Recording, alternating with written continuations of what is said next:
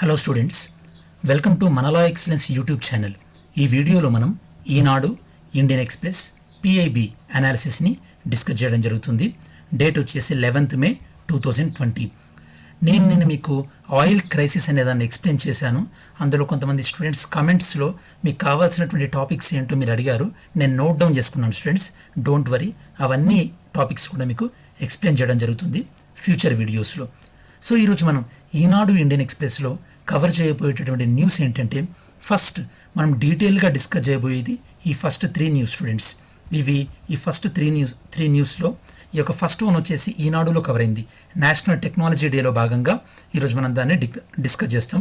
ఇది మీకు జనరల్ ఎస్ఏలో చాలా ఉపయోగపడుతుంది. సెకండ్ వన్ వచ్చేసి లేబర్ లాస్, మన భారతదేశంలో లేబర్ లాస్ ఎలా ఉన్నాయి. దాంతోపాటు థర్డ్ వన్ వచ్చేసి నాన్ అలైన్ మూమెంట్స్. మీకు ఇది అలీనోద్యమం అని మీరు వినుంటారు, అలీన విధానం అని. ఈ రెండు కూడా సెకండ్ వన్, థర్డ్ వన్ అనేది ఇండియన్ ఎక్స్ప్రెస్లో ఎడిటోరియల్లో కవర్ అయ్యాయి. థర్డ్ వన్ కరోనా తీవ్రత ప్రపంచవ్యాప్తంగా ఇండియాలో ఏ విధంగా ఉంది అనేది మనం చెక్ చేస్తాం. ఇక ఫిఫ్త్ వన్ వచ్చేసి మనకి సైన్స్ అండ్ టెక్నాలజీ పార్ట్లో ఈ చైనీస్ సైంటిస్టులు ఈ యొక్క పసిఫిక్ ఓషన్లో సూపర్ క్రిటికల్ కార్బన్ డైఆక్సైడ్ని కనుక్కున్నారు. మరి ఆ సూపర్ క్రిటికల్ కార్బన్ డైఆక్సైడ్ యొక్క యూజ్ ఏంది, వాళ్ళు ఏ ఇన్స్ట్రుమెంట్తో కనుక్కున్నారు అనేది మనం డిస్కస్ చేద్దాం. సిక్స్త్ వన్ భద్రతా వ్యూహపత్రాన్ని విస్తరించాలి. అంటే మన యొక్క డిఫెన్స్ ప్లాన్ అనేది ఇంకా కాంప్రిహెన్సివ్గా ఉండాలి. అంటే మన చుట్టుపక్కల ఎలాంటి థ్రెట్స్ ఉన్నాయి, మనకి ఎలాంటి అపాయాలు ఉన్నాయి, ఎలాంటి ఈ థ్రెట్స్ వల్ల మనం ఎలాంటి చర్యలు తీసుకోవాలని చెప్పేసి ఆర్మీ చీఫ్ చెప్తున్నారు. అదేందో చూద్దాం. సెవెంత్ వన్ ఐఎన్ఎస్ కేసరి, దీన్ని మనం ఇండియన్ ఓషన్ కంట్రీస్కి పంపడం జరిగింది. దీనికి సంబంధించినటువంటి ఇండియన్ ఓషన్ కమిషన్ అంటే ఏంది అనే బ్యాక్గ్రౌండ్ డిస్కస్ చేస్తాం. దాంతోపాటు బ్లూ ఎకానమీ అని, దాంతోపాటు సాగర్ విజన్, ఇవన్నీ కూడా ఇందులో కవర్ చేయడం జరుగుతుంది. Eighth one Nepal for bilateral talks regarding the Manas Sarovar link road. ఈ విషయంలో అసలు యొక్క కాలాపాని ఇష్యూ అంటే ఏంది, దాంతోపాటు సుగాలి ఒప్పందం ఏ విధంగా ఉంది, ఈ కాళీ రివర్ అంటే ఏంది, ఇవన్నీ కూడా మనం డిస్కస్ చేయడం జరుగుతుంది. ఈ డిస్కషన్ అయిపోయిన తర్వాత యాజ్ యూజువల్గా క్విజ్ అనేది డిస్కస్ చేయడం జరుగుతుంది. కొంతమంది స్టూడెంట్స్ సార్ వాయిస్ క్లారిటీ లేదు అని అడుగుతున్నారు. యాక్చువల్ నేను ల్యాప్టాప్లో రికార్డ్ చేయడం వల్ల మైక్రోఫోన్ లేకపోవడం వల్ల వాయిస్ క్లారిటీ అనేది సరిగా లేదు స్టూడెంట్స్. ఈ లాక్డౌన్ అయ్యేంత వాడికి కొద్దిగా అడ్జస్ట్ చేసుకోండి. కొద్దిగా కమిట్మెంట్ ఉన్నటువంటి స్టూడెంట్స్కి ఇది పెద్ద ప్రాబ్లం కాదని నేను అనుకుంటున్నాను. మనం ఫస్ట్ న్యూస్ ఏందో చూద్దాం స్టూడెంట్స్. ఎడిటోరియల్. ఈ యొక్క ఎడిటోరియల్ ఇన్డెప్త్ అనాలిసిస్లో ఫస్ట్ మనం ఈ యొక్క నేషనల్ టెక్నాలజీ డేలో భాగంగా అసలు మన డైలీ లైఫ్లో ఈ యొక్క టెక్నాలజీ రోల్ ఏ విధంగా ఉంది అనేది మనం డిస్కస్ చేద్దాం. ఈ ఆర్టికల్లో మనం ఏం డిస్కస్ చేస్తామంటే, అసలు మనం టెక్నాలజీ డేని దేన్ని మెమొరీగా మనం జరుపుకుంటున్నాం, దాంతోపాటు ఈ యొక్క కామన్ మ్యాన్ లైఫ్లో లేదా ఈ యొక్క పబ్లిక్ లైఫ్లో, ప్రజా జీవితంలో టెక్నాలజీ యొక్క రోల్ ఏ విధంగా ఉంది, దాంతోపాటు ఈ టెక్నాలజీని ఇంప్లిమెంట్ చేయడంలో ఉన్నటువంటి కొన్ని ఛాలెంజెస్, కొన్ని సవాళ్ళు ఏ విధంగా ఉన్నాయి అని డిస్కస్ చేస్తూ ఫైనల్గా దాన్ని మనం కంక్లూజన్ చేయడం జరుగుతుంది స్టూడెంట్స్. పాయింట్ ఏంటంటే, ఇప్పుడు మనం 4th ఇండస్ట్రియల్ రెవల్యూషన్లో ఉన్నాం. అంటే మీకు ఫస్ట్, సెకండ్, థర్డ్ అంటే ఏందో నేను మీకు చెప్తాను. ఈ టాపిక్ మనం డిస్కస్ చేసే కన్నా ముందు దీని నుంచి ఒక learning objectives question, sample question ఏంటంటే, what is the role of technology in modern life. అంటే మోడర్న్ లైఫ్లో, ఆధునిక జీవితంలో ఈ యొక్క టెక్నాలజీ యొక్క పాత్ర ఏంది, దీన్ని మీరు క్వశ్చన్గా తీసుకొని ఆన్సర్ రాయడానికి ట్రై చేయండి. ఇంట్రడక్షన్ తీసుకున్నట్టయితే కనుక, మనం May 11th, 1998 ఆ రోజున ప్రోగ్రాంలో మనం న్యూక్లియర్ టెస్ట్ చేయడం జరిగింది. దానికి మెమరీగా మనం every year May 11th national technology డేనిగా మనం నిర్వహిస్తున్నాం స్టూడెంట్స్. ఈ యొక్క కరోనా వల్ల మన యొక్క వర్క్ లైఫ్, వృత్తి జీవితం అనేది తీవ్రంగా మారిపోనుంది. అంటే చాలా కంపెనీలలో భవిష్యత్తులో యొక్క వర్క్ ఫ్రమ్ హోమ్ లాంటి కల్చర్ రాబోతుంది. దీన్ని ఈ క్రమంలో దాంతోపాటు చాలా కామర్స్ కంపెనీలు కానీ, లేదా ఫుడ్ను డెలివరీ చేసే కంపెనీలు కానీ, అవి రోబోలు కానీ, డ్రోన్స్ కానీ ఉపయోగించే అవకాశం ఉంది. హాస్పిటళ్ళల్లో కూడా రోబోల ఉపయోగం పెరిగే అవకాశం ఉంది. మరి ఈ క్రమంలో ఈ యొక్క నేషనల్ టెక్నాలజీ డే సందర్భంగా మరి యొక్క టెక్నాలజీ యొక్క పాత్ర ఏ విధంగా ఉంది పబ్లిక్ లైఫ్లో. What is the role of technology in public life, దీన్ని డిస్కస్ చేసే కన్నా ముందు మనం బ్యాక్గ్రౌండ్ ఇన్ఫర్మేషన్. మనం బేసికల్లీ ఇండస్ట్రియల్ రెవల్యూషన్స్ని మనం 4 దశల్లో పేర్కొనవచ్చు. ఫస్ట్ ఇండస్ట్రియల్ రెవల్యూషన్ ఏంటంటే స్టీమ్ ఇంజిన్ కనుక్కోవడం. ఇది బ్రిటిష్ వాళ్ళు మన భారతదేశాన్ని పరిపాలించే టైంలో జరిగింది. సెకండ్ ఇండస్ట్రియల్ రెవల్యూషన్ ఏంటంటే ఎలక్ట్రిసిటీ దాంతోపాటు ఈ యొక్క మాస్ ప్రొడక్షన్ ఎక్కువగా మొత్తంలో తయారీ, ఇది సెకండ్ ఇండస్ట్రియల్ రెవల్యూషన్ అరౌండ్ 1960-70 ఆ టైంలో. థర్డ్ ఇండస్ట్రియల్ రెవల్యూషన్ ఇది ఏంటంటే ఎలక్ట్రానిక్స్, దాంతోపాటు ఐటీ, ఇది బేసికల్లీ 1980 ఎండింగ్లో నుంచి 1990s ఆ టైంలో. ఫోర్త్ ఇండస్ట్రియల్ రెవల్యూషన్లో ఇప్పుడు మనం డిస్కస్ చేస్తున్నాం. మరి ఈ ఫోర్త్ ఇండస్ట్రియల్ రెవల్యూషన్లో ఏమేమి ఉండే అవకాశం ఉంది? క్లౌడ్ కంప్యూటింగ్, ఇది మీరు వినే ఉంటారు. డేటా మొత్తాన్ని ఒక వర్చువల్ మెమరీలో స్టోర్ చేసుకోవడం, mobile devices, IoT platform, internet of things, అంటే మనం వేరే ప్రదేశంలో ఉండి మన ఇంట్లో ఉన్నటువంటి ఒక మెషిన్స్ని మనం ఈజీగా కంట్రోల్ చేయొచ్చు. అంటే మీరు వాషింగ్ మిషన్ కానీ టీవీని కానీ ఒక టైం తర్వాత ఆఫ్ చేయొచ్చు, ఏసీ కానీ, ఇవన్నీ కూడా అంటే మీకు ఈజీగా అర్థం కావడానికి ఎగ్జాంపుల్ చెప్పాను. లొకేషన్ డిటెక్షన్ టెక్నాలజీ కానీ, లేదా ఆర్టిఫిషియల్ ఇంటెలిజెన్స్ కానీ, లేదా big data analytics, machine learning, ఇవన్నీ కూడా డిఫరెంట్ కోర్సెస్. మీ ఫ్రెండ్స్ని ఎవరైనా అడగండి, వాళ్ళు చెప్తారు, సాఫ్ట్వేర్ నేర్చుకుంటున్న వాళ్ళు. సో ఇవన్నీ కూడా ఈ యొక్క ఫోర్త్ జనరేషన్ ఇండస్ట్రియల్ రెవల్యూషన్లో ఒక భాగం. బ్లాక్ చైన్ టెక్నాలజీ, ఇవన్నీ కూడా. సో భవిష్యత్తులో ఇవన్నీ కూడా కీలకమైనటువంటి పాత్ర పోషించబోతున్నాయి. ఈ టెక్నాలజీలో ఒక టెక్నాలజీ అయినటువంటి ఆర్టిఫిషియల్ ఇంటెలిజెన్స్ అనేది ఈ యొక్క కరోనా రీసెర్చ్లో భాగంగా ఈ యొక్క మెడిసిన్స్ కనుక్కోవడంలో ఉపయోగపడుతుంది. నేను ఇందాక మీకు చెప్పినట్టు కొన్ని కామర్స్ సంస్థలు లైక్ చైనాలో ఆలీబాబా లాంటి కామర్స్ కంపెనీస్ డ్రోన్స్, రోబోస్ని కూడా ఉపయోగించి వాళ్ళ యొక్క గూడ్స్ని డిస్పాచ్ చేస్తున్నాయి. దాంతోపాటు ఈ యొక్క టెక్నాలజీ రోల్ ఇంకా ఏ విధంగా ఉపయోగపడుతుందంటే ఈ యొక్క డిజిటల్ ట్రాన్సాక్షన్స్. నేను మీకు లాస్ట్ 2-3 వీడియోస్లో డిజిటల్ ఇండియా దాని గురించి చెప్పడం జరిగింది. ఈ డిజిటల్ ట్రాన్సాక్షన్లో భాగంగా కూడా టెక్నాలజీ మనకు ఉపయోగపడుతుంది. దాంతోపాటు మన టెక్నాలజీ లైక్ విపిఎన్, మీరు మూవీ డౌన్లోడ్ చేసుకునేటప్పుడు అప్పుడప్పుడు విపిఎన్ సైట్ వాడుతుంటారు. విపిఎన్ కానీ, లేదా voice over internet protocol, cloud technology, virtual meetings, వీటన్నింటి వల్ల కూడా ఈ యొక్క వర్క్ ఫ్రమ్ హోమ్ కల్చర్ అనేది పెరిగింది. అంటే టెక్నాలజీ అప్గ్రేడ్ అయినప్పుడు మనుషులకి ఎంత ఈజీ లైఫ్ ఉంటుందో మనం అర్థం చేసుకోవచ్చు. దాంతోపాటు ఈ వర్క్ ఫ్రమ్ హోమ్ ఇలాంటి ఏవైతే కనుక ఫెసిలిటీస్ పెరిగినాయో, అంటే టెక్నాలజీ వల్ల వచ్చేటటువంటి ఉపయోగాలు ఏవైతే ఉన్నాయో ఆ ఉపయోగాలలో కొన్ని మనకి ఈ యొక్క థ్రెట్స్ కూడా ఉంది. అవి మనకి ఏ విధంగా ఇప్పుడు మనం వర్క్ ఫ్రమ్ హోమ్ చేస్తున్నాం బాగానే ఉంది, అది మనం వర్క్ ఫ్రమ్ హోమ్ చేసేటప్పుడు మనం సైబర్ సెక్యూరిటీని కూడా బాగుందో లేదో చూసుకోవాలి. ఎందుకంటే ఈ యొక్క సైబర్ థ్రెట్ అనేది ఉంటుంది స్టూడెంట్స్ వర్క్ ఫ్రమ్ హోమ్ విషయంలో. దాంతోపాటు కరోనా టైంలో ఈ యొక్క ఫేక్ వెబ్సైట్లు, ఈ యొక్క సైబర్ క్రైమ్ ఏ విధంగా ఉందో మనం ప్రీవియస్ వీడియోలో చెక్ చేసాం. దాంతోపాటు ఈ యొక్క మెడికల్ కేర్ విషయంలో చూస్తే కనుక టెక్నాలజీ డెవలప్ అవ్వడం వల్ల టెలిమెడిసిన్ డెవలప్ అయింది. టెలిమెడిసిన్ అంటే ఫర్ ఎగ్జాంపుల్ మీకు ఐడియా ఉందో లేదో, మీరు ప్లే స్టోర్లోకి వెళ్ళి ప్రాక్టో అని ఒక యాప్ ఉంటుంది. యాప్ డౌన్లోడ్ చేసుకుంటే మీరు ఒక డాక్టర్ అపాయింట్మెంట్ మొబైల్లోనే తీసుకోవచ్చు. మీకు ఏ ప్రాబ్లం ఉందంటే మీరు డాక్టర్కి చెప్తే అతను మీకు సొల్యూషన్ చెప్తాడు. ఒక 3-4 డేస్ వరకు మీరు ఆ డాక్టర్ని ఎప్పుడైనా కన్సల్ట్ అవ్వచ్చు. దాంతోపాటు మీకు ఏమైనా ఎక్సర్సైజ్లు అవసరం ఉంటే వాళ్ళు పంపుతారు, రిపోర్ట్స్ కూడా పంపుతారు. ఇలా అన్నమాట. ఇదంతా కూడా టెలిమెడిసిన్. ఆంధ్రప్రదేశ్ గవర్నమెంట్ కూడా ఐ థింక్ సో ఏదో టెలిమెడిసిన్ ఎంకరేజ్ చేద్దామని ఏదో ప్లాన్ ఇచ్చినట్టున్నారు. I'm not sure. మన భారతదేశంలో జనాభాకి సరిపడ్డటువంటి వైద్యులు లేరు.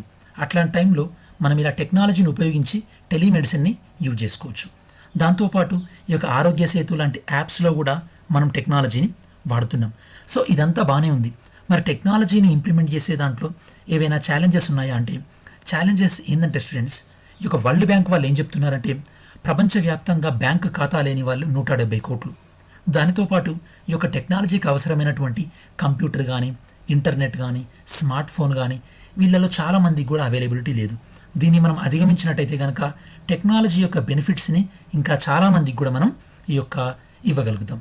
సో ఫైనల్ కంక్లూజన్ ఏంటంటే ఈ యొక్క డిజిటల్ టెక్నాలజీస్ డెవలప్మెంట్ అనేది మన కరోనా పైన పోరుకి చాలా విధంగా తోడ్పడుతున్నాయి.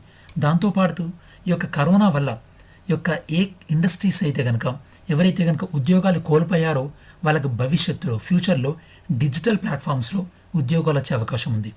దాంతోపాటు ఇలా ఫ్యూచర్లో డిజిటల్ ప్లాట్ఫామ్స్లో రాబోయేటటువంటి అవకాశాలను యూత్ వినియోగించుకునేలా ఈ యొక్క గవర్నమెంట్స్ ఒక కాంప్రిహెన్సివ్ ప్లాన్, ఒక డీటెయిల్ ప్లాన్ని డ్రాఫ్ట్ చేయాలి. అప్పుడే ఈ యొక్క టెక్నాలజీ చేంజ్ అనేదాన్ని మనం ఒక క్రైసిస్, సంక్షోభంలాగా చూడకుండా అదొక ఆపర్చునిటీ లాగా ప్రజలు అర్థం చేసుకొని భవిష్యత్తులో రాబోయేటటువంటి ఆపర్చునిటీస్ని ప్రజలు ఈజీగా క్యాచ్ చేసుకునేటటువంటి అవకాశం ఉంటుంది స్టూడెంట్స్. మనం నెక్స్ట్ ఆర్టికల్ తీసుకున్నట్టయితే ఈ ఆర్టికల్ అనేవి లేబర్ లాస్, కార్మిక చట్టాలకు సంబంధించింది. ఇది మనకు GS2 GS3 పాయింట్ ఆఫ్ వ్యూలో కూడా ఇంపార్టెంట్ స్టూడెంట్స్. సో ఇందులో కార్మిక చట్టాలు ఎన్ని రకాలు, అవి ఏ విధంగా ఇంప్లిమెంట్ అవుతున్నాయి, రీసెంట్గా కొన్ని రాష్ట్రాలు ఈ యొక్క లేబర్ లాస్లో కొన్ని అమెండ్మెంట్స్ సవరణలు చేయడం జరిగింది, అది మన ఎకానమీకి పాజిటివ్గా ఉంటుందా నెగిటివ్గా ఉంటుందా అనేది మనం డిస్కస్ చేద్దాం. దీనికన్నా ముందు మనం ఈ టాపిక్ నుంచి లెర్నింగ్ ఆబ్జెక్టివ్ ఏంటంటే status of Indian labour laws and need for labour reforms. అంటే మన భారతదేశంలోని కార్మిక చట్టాలు ఏంటి, వాటి యొక్క పరిస్థితి ఏ విధంగా ఉంది, దానితో పాటు వాటిలో సంస్కరణలు తీసుకురావాల్సినటువంటి అవసరం ఏ విధంగా ఉంది. సో దీనికి బ్యాక్గ్రౌండ్ ఇన్ఫర్మేషన్ చూసినట్టయితే కనుక మన భారతదేశంలో చాలామంది కార్మికులలో ఒక రకమైనటువంటి ఇన్సెక్యూరిటీ, అభద్రతా భావం ఉంది. అది మనకి ఏ విధంగా తెలుస్తుంది? అన్ఆర్గనైజ్డ్ సెక్టార్ అన్ఎంప్లాయ్మెంట్ స్టేటస్ 2015 ఇది ఒక రిపోర్ట్ ఉంది. దాంతోపాటు పీరియాడికల్ లేబర్ ఫోర్స్ 2017-18 ఈ రిపోర్ట్ ఉంది. ఈ రెండు రిపోర్ట్లో దేన్ని చూసినా కూడా చాలామంది కార్మికులకు అంటే అన్ఆర్గనైజ్డ్ సెక్టార్, యాక్చువల్లీ ఎంప్లాయ్మెంట్ అనేది రెండు విధాలుగా ఉంటుంది students, organised sector, unorganised sector. Organised సెక్టార్ని మనం ఫార్మల్ సెక్టార్ అని కూడా అంటాం, అన్ఆర్గనైజ్డ్ సెక్టార్ని మనం ఇన్ఫార్మల్ సెక్టార్ అని కూడా అంటాం. ఈ ఆర్గనైజ్డ్ సెక్టార్లో ఎంప్లాయర్ అంటే యజమాని, ఎంప్లాయీ పనిచేసేటటువంటి కార్మికునికి మధ్య ఒక అగ్రిమెంట్ ఉంటుంది. దాంతోపాటు ఒక బెనిఫిట్స్ ఉంటాయి అన్నమాట. అంటే హెల్త్ ఇన్సూరెన్స్ కానీ, లైఫ్ ఇన్సూరెన్స్ కానీ, లేదా వేతనంతో కూడినటువంటి సెలవు అంటే పెయిడ్ లీవ్ కానీ ఇలాంటివి ఉంటాయి. అదే ఇన్ఫార్మల్ సెక్టార్, అన్ఆర్గనైజ్డ్ సెక్టార్లో అయితే కనుక ఇలాంటి బెనిఫిట్స్ ఏమి ఉండవు అనమాట. అంటే ఇన్సూరెన్స్ బెనిఫిట్ కానీ, లేదా పెయిడ్ హాలిడే కానీ, మెటర్నిటీ లీవ్ కానీ ఇలాంటివి ఏమి ఉండవు. సో ఈ టెర్మినాలజీ మనం ఎక్కువ యూజ్ చేస్తుంటాం, organised sector, unorganised sector. Organised sector అంటే ఫార్మల్, అన్ఆర్గనైజ్డ్ సెక్టార్ అంటే ఇన్ఫార్మల్. సో దీని మీద ఈ టెర్మినాలజీని మీరు కొద్దిగా క్యాచ్ చేయండి స్టూడెంట్స్.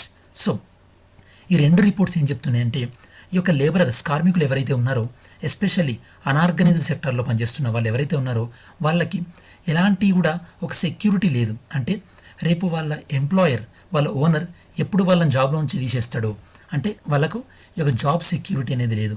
దాంతోపాటు వాళ్ళకి పెయిడ్ లీవ్ అనేది లేదు. అంటే సండే రోజు వాళ్ళు జాబ్ చేయలేదనుకోండి వాళ్ళకి శాలరీ రాదు. అదే మనం సాఫ్ట్వేర్ తీసుకుంటే కనుక సండే రోజు జాబ్ చేసినా చేయకపోయినా శాలరీ వస్తుంది. దాంతోపాటు ఈ యొక్క సాఫ్ట్వేర్లో పేరెంట్స్కి హెల్త్ ఇన్సూరెన్స్ ఉంటుంది, లేదా వైఫ్కి కానీ పిల్లలకి కానీ హెల్త్ ఇన్సూరెన్స్ ఉంటుంది. అలాంటి సౌకర్యాలు ఏవి కూడా ఈ యొక్క అన్ఆర్గనైజ్డ్ సెక్టార్లో పనిచేస్తున్నటువంటి కార్మికులకు ఇలాంటివి ఏమీ లేవు. మరి ఈ సందర్భంలో ఏం జరిగిందంటే ఈ మధ్యలో అసలు కాంటెక్స్ట్ ఏంటంటే ఈ యొక్క కరోనా నేపథ్యంలో లాక్డౌన్ వల్ల చాలా పరిశ్రమలు ఒక 1-2 months మూతపడిపోయినాయి కదా.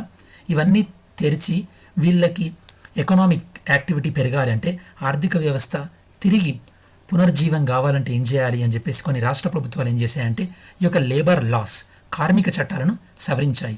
కార్మిక చట్టాలను ఎందుకు సవరించాయి అంటే వీళ్ళు ఏం చెప్తున్నారంటే ప్రభుత్వాలు, మేము కార్మిక చట్టాలను సవరించడం వల్ల యాజమాన్యాలకు, ఓనర్స్కి ఒక ఫ్లెక్సిబిలిటీ అనేది వస్తుంది.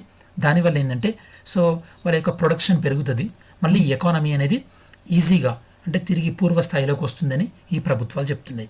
అంటే వీళ్ళు చేసినటువంటి కార్మిక చట్టాల్లోని సవరణలు అనేవి మన ఆర్థిక వ్యవస్థని ప్రోత్సహిస్తాయా? అలా ప్రోత్సహించి ఈ విధమైనటువంటి చర్యలు ఈ యొక్క కార్మికుల చట్టాల్లోని ఇవి సంస్కరణల దిశలో ఉంటాయా, లేదా కార్మికులకి ఇవి వ్యతిరేకంగా చేసేటటువంటి పనులా? అంటే ఇవి తిరోగమన చర్యలా లేదా పురోగమన చర్యలా? అంటే ప్రోగ్రెసివ్ స్టెప్పా లేదా రిగ్రెసివ్ స్టెప్పా, ఫార్వర్డా బ్యాక్వర్డా అనేది మనం డిస్కస్ చేస్తాం. సో కాంటెక్స్ట్ ఏంటంటే కొన్ని రాష్ట్ర ప్రభుత్వాలు లేబర్ లాస్, కార్మిక చట్టాలను సవరించారు, అమెండ్ చేశారు. అమెండ్ చేయడం వల్ల వచ్చినటువంటి నష్టాలు, లాభాలు ఏందో మనం చూద్దాం. దీనికన్నా ముందు మనం ఒక లీగల్ పాయింట్ కూడా చూడాలి స్టూడెంట్స్. అదేంటంటే ఈ యొక్క కార్మికులు అనేది ఉమ్మడి జాబితాలో ఉంది, కన్కరెంట్ లిస్ట్లో ఉంది. ఉమ్మడి జాబితాలో ఉన్న వాటిపైన కేంద్ర ప్రభుత్వం చట్టాలు చేయొచ్చు, రాష్ట్ర ప్రభుత్వాలు కూడా చట్టాలు చేయొచ్చు. ఒకవేళ ఏదైనా ఒక అంశం పైన కేంద్ర ప్రభుత్వాలు, రాష్ట్ర ప్రభుత్వాలు చట్టాలు చేసినట్టయితే కనుక ఆ రెండు చట్టాలు పరస్పరంగా అపోజిట్గా అంటే విరుద్ధంగా ఉన్నట్టయితే కనుక కేంద్ర ప్రభుత్వం చేసినటువంటి చట్టాలు చెల్లుబాటు అవుతాయి. ఇది బాగా గుర్తుపెట్టుకోండి. మరి ఇప్పుడు లేబర్ లాస్ పైన కేంద్ర ప్రభుత్వ చట్టాలు ఏవైనా ఉన్నా అవి మాత్రమే ఈ యొక్క ఓవర్ రైడ్ అవుతాయి, చెల్లుబాటు అవుతాయి రాష్ట్ర ప్రభుత్వాల చట్టాల పైన. మరి ఇలా రాష్ట్ర ప్రభుత్వాలు అమెండ్ చేశాయి కదా, వీటి యొక్క న్యాయపరమైనటువంటి వ్యాలిడిటీ ఏ విధంగా ఉంటుందో కోర్టులే చెక్ చేస్తాయి. ఈ విధంగా లేబర్ లాస్ను సవరించినటువంటి రాష్ట్రాలు ఏంటంటే ముఖ్యంగా బీజేపీ రూల్ చేస్తున్నటువంటి రాష్ట్రాలు ఇవేంటంటే యూపీ, మధ్యప్రదేశ్, గుజరాత్. యూపీ ప్రభుత్వం ఏం చేసిందంటే వాళ్ళ రాష్ట్రంలో నెక్స్ట్ 3 సంవత్సరాల వరకు కూడా అన్ని కార్మిక చట్టాలను కూడా రద్దు చేయడం జరిగింది. అంటే మీకు కార్మికులకి ఎలాంటి రక్షణలు లేవు. మరి దీనివల్ల ఎలాంటి కాన్సిక్వెన్సెస్, ఎలాంటి పరిణామాలు రాబోతున్నాయి చూద్దాం. దీనికన్నా ముందు అసలు మన భారతదేశంలో కార్మిక చట్టాలు ఏ విధంగా ఉన్నాయి? మన భారతదేశంలో సుమారుగా 200 కార్మిక చట్టాలు ఉన్నాయి స్టూడెంట్స్, వివిధ రాష్ట్రాలు చేసినటువంటివి. అలానే జాతీయ స్థాయిలో దేశంలో ఒక 50 కార్మిక చట్టాలు ఉన్నాయి. సో ఈ కార్మిక చట్టాలన్నింటినీ కూడా మనం క్లాసిఫై అంటే వర్గీకరిస్తే కనుక మనం 4 విధాలుగా క్లాసిఫై చేయొచ్చు. ఒకటి వర్క్ కండిషన్, అంటే పని పరిస్థితిని తెలిపేవి. అదేంటంటే ఫ్యాక్టరీ యాక్ట్ కానీ లేదా shops and commercial establishment act కానీ, ఇది పని ప్రదేశం ఏ విధంగా ఉండాలని చెప్తుంది. సెకండ్ వన్ వేజెస్, అంటే వేతనాలు ఏ విధంగా ఉండాలి, మినిమం వేజెస్ యాక్ట్ ఇలాంటిది. దాని తర్వాత కార్మికులకు ఎలాంటి సామాజిక భద్రత ఇవ్వాలి, ఇది సోషల్ సెక్యూరిటీ, అంటే ఎంప్లాయ్మెంట్ ప్రావిడెంట్ ఫండ్ ఇలాంటివి అనమాట. Fourth one employment security and industrial relations, అంటే ఎంప్లాయీస్ని అంటే వీళ్ళని జాబ్లో నుంచి తీసేయడం, దీని గురించి అనమాట. ఈ 4 విధాలుగా మనం కార్మిక చట్టాలను మనం వర్గీకరించవచ్చు, క్లాసిఫై చేయొచ్చు. ఇందులో ఎక్కువ మంది కార్మికులకు అప్లికేబుల్ అయ్యేటటువంటి చట్టం ఏంటంటే ఈ యొక్క మినిమం వేజెస్ యాక్ట్ 1948. చాలా కాంట్రవర్షియల్ యాక్ట్ ఏంటంటే ఇండస్ట్రియల్ డిస్ప్యూట్ యాక్ట్.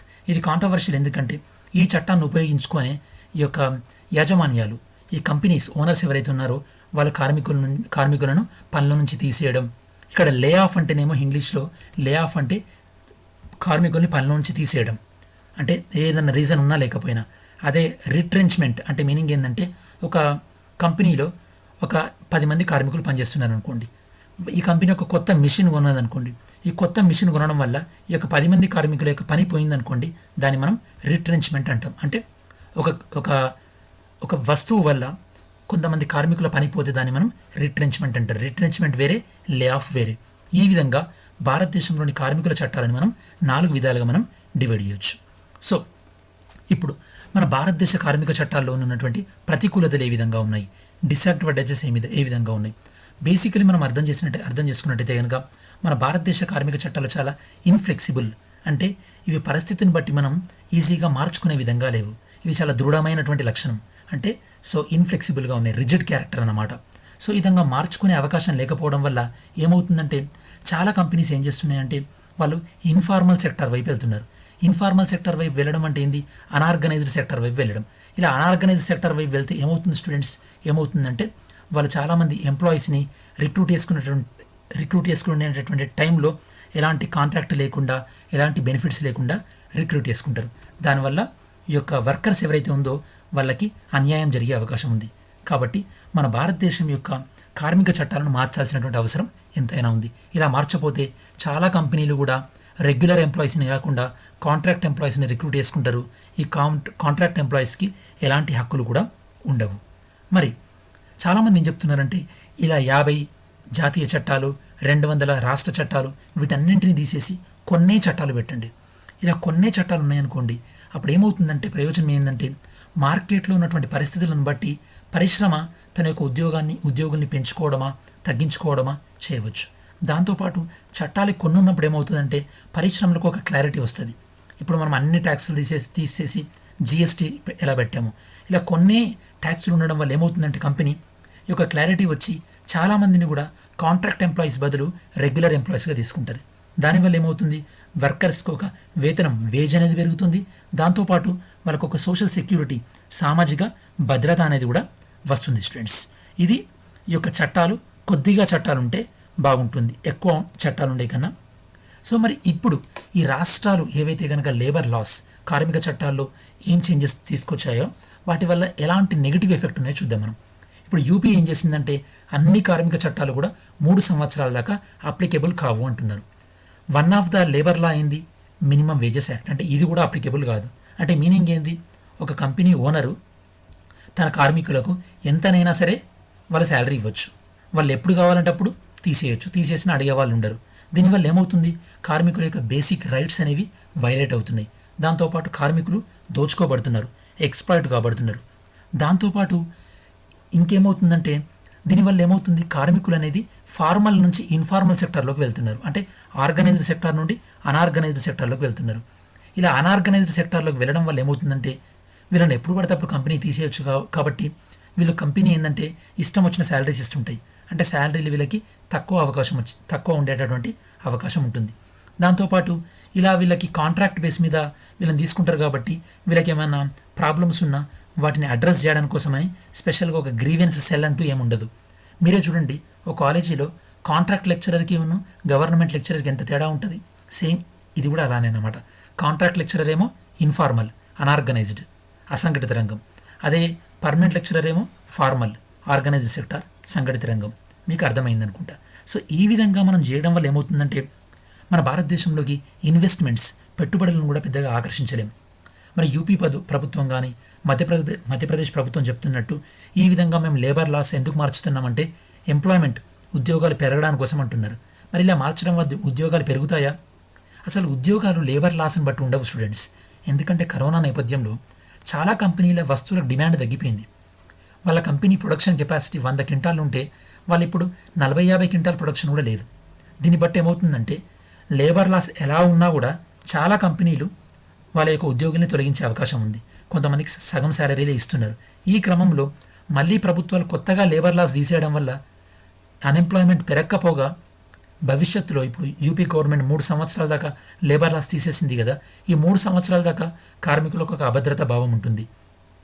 ఒకవైపేమో ప్రధానమంత్రి ఏం చెప్తున్నారు, ఈ యొక్క లాక్డౌన్ టైంలో అందరికీ ఉద్యోగాలు తీసేయకుండా అందరికీ శాలరీ ఇవ్వాలంటున్నారు. ఇలా ఒకవైపేమో మన కార్మిక చట్టాలను తీసేస్తున్నాం. అంటే 2 పరస్పర విరుద్ధమైనటువంటి ప్రకటనలు ఉన్నాయి. దాంతోపాటు మనం జాబులు క్రియేట్ చేయాలంటే ఏం చేయాలి? షిఫ్ట్ టైంను ప్రభుత్వాలు ఏం చేశాయి, ఒక షిఫ్ట్ డ్యూరేషన్ 8 గంటల నుంచి 12 గంటల దాకా పెంచుకోవచ్చు అంటున్నారు. అంటే ఒక కార్మికుడు 8 గంటలు ఇదివరకు పనిచేసేది ఇప్పుడు 12 గంటలు పనిచేయాలి. మనం ప్రభుత్వాలు ఎంప్లాయ్మెంట్ ఇవ్వాలంటే ఏం చేయాలి? ఇలా షిఫ్ట్ టైంను పెంచితే ఆ సంస్థ అనేది ఇంకొకరిని రిక్రూట్ చేసుకుంటుందా? చేసుకోదు. దాని బదులు ఒక షిఫ్ట్ 8 గంటలే ఉంచిందనుకోండి, ఆ కంపెనీ ఎక్కువ పని కావలిస్తే ఇంకో షిఫ్ట్కి ఇంకొకరిని రిక్రూట్ చేసుకుంటుంది. సో ఈ విధంగా షిఫ్ట్ టైంను పెంచకుండా మామూలుగా ఉంచాలి. దానివల్ల ఏమవుతుంది, కంపెనీస్ ఇంకెక్కువ మందిని రిక్రూట్ చేసుకుంటాయి. సో ఈ విధంగా కొద్దిగా లాజికల్గా చేయాలి. కానీ ఈ విధంగా ప్రభుత్వాలు అనేవి లేబర్ లాస్ను చేంజ్ చేయడం వల్ల కార్మికులను దోచుకోవడం తప్ప ఇంకేం లేదు స్టూడెంట్స్. ఎప్పుడైనా గుర్తుపెట్టుకోండి, ఈ ప్రభుత్వాల యొక్క విధానాల వల్ల ఎక్కువగా ఎఫెక్ట్ అయ్యేది, ఎక్కువగా దోపిడీకి గురయ్యేది పేద ప్రజల స్టూడెంట్స్. అది ఏదైనా సరే, ఈ యొక్క న్యాచురల్ డిజాస్టర్స్ వచ్చినా సరే, ఈ కరోనా లాంటి సిచ్యువేషన్ వచ్చినా సరే, మీరు చూడండి ఇలాంటి వలస కార్మికులు పాపం ఈ యొక్క ట్రైన్ ట్రాక్ మీద పడుకోవడం వల్ల, ట్రైన్ వాళ్ళపై నుంచి వెళ్ళడం వల్ల ఎంతమంది చనిపోయారో మీరు చూశారు. సో ఇలాంటివి. మరి ఈ లేబర్ లాస్ ఇలా చేంజ్ చేయడం వల్ల మన ఆర్థిక వ్యవస్థ పైన ఎలాంటి ప్రభావం ఉంటుంది? ఎలాంటి ప్రభావం ఉంటుందంటే చాలామంది లేబర్కి తక్కువ శాలరీ రావడం వల్ల, వాళ్ళని ఇష్టం వచ్చినప్పుడు జాబ్ నుంచి తీసివేయడం వల్ల, వాళ్ళు వాళ్ళ ఊర్లలో, వాళ్ళ విలేజ్లో వాళ్ళు ఏమైనా వస్తువులు కొంటారా? కొనలేరు. దానివల్ల ఏమవుతుంది, ఎకానమీలో డిమాండ్ అనేది తగ్గిపోతుంది. సో మరి మనం ఏం చేయాలి?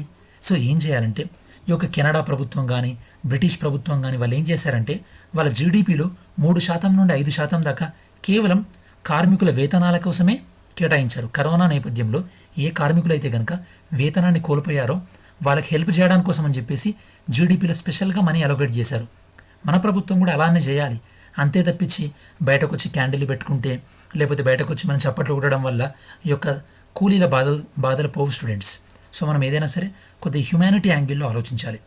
సో ఫైనల్గా కంక్లూజన్ పాయింట్ ఆఫ్ వ్యూ ఏంటంటే, ఏదేమైనా సరే లాక్డౌన్ తర్వాత ఈ యొక్క ప్రభుత్వాలు తీసుకునే నిర్ణయాలే ప్రజల యొక్క ఆర్థిక భద్రతను, ఫినాన్షియల్ సెక్యూరిటీని, ఆరోగ్య భద్రతను, హెల్త్ సెక్యూరిటీని, అలానే ఫుడ్ సెక్యూరిటీ, ఆహార భద్రతను ఇచ్చే విధంగా ఉండాలి. అప్పుడే సామాన్యుని నుండి సంపన్నుడి వరకు అందరూ కూడా సంతోషంగా ఉండగలుగుతారు.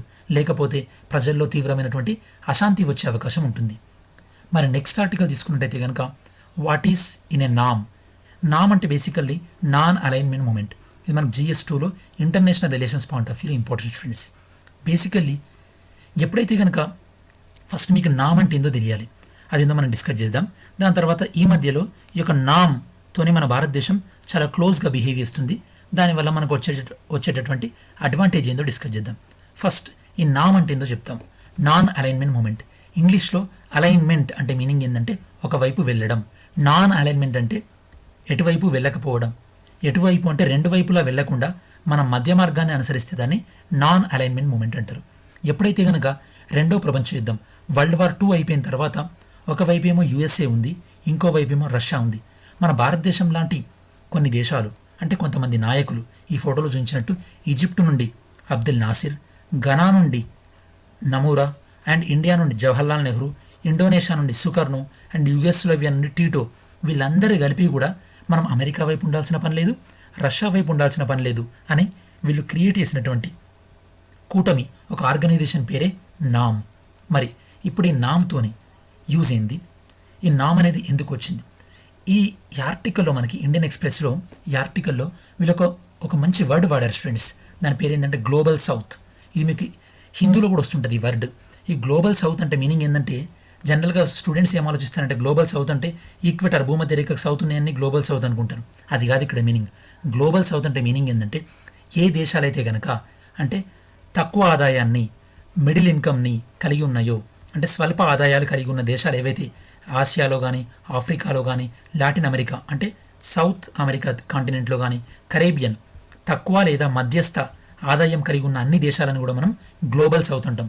సో మీరు ఎప్పుడైనా సరే రాజ్యసభ టీవీ విన్నప్పుడైనా సరే, హిందూ పేపర్ చదివేటప్పుడైనా, ఇండియన్ ఎక్స్ప్రెస్ అయినా, గ్లోబల్ సౌత్ అంటే మీనింగ్ ఏంటంటే అంటే మిడిల్ ఇన్కమ్ కంట్రీస్ లేదా లో ఇన్కమ్ కంట్రీస్. మరి ఈ ఆర్టికల్ ఏందో మనం డిస్కస్ చేద్దాం.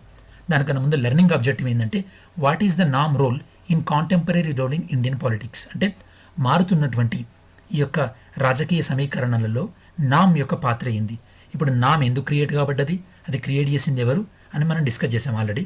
సో ఇప్పుడు మన నరేంద్ర మోడీ ప్రభుత్వం రీసెంట్గా మన ప్రైమ్ మినిస్టర్ ఈ యొక్క అలీనోద్యమ దేశం యొక్క కూటమి యొక్క మీటింగ్కి, వీళ్ళు ఏదైతే మీటింగ్ ఉందో ఈ మీటింగ్కి వీడియో కాన్ఫరెన్స్ ద్వారా అటెండ్ అవ్వడం జరిగింది.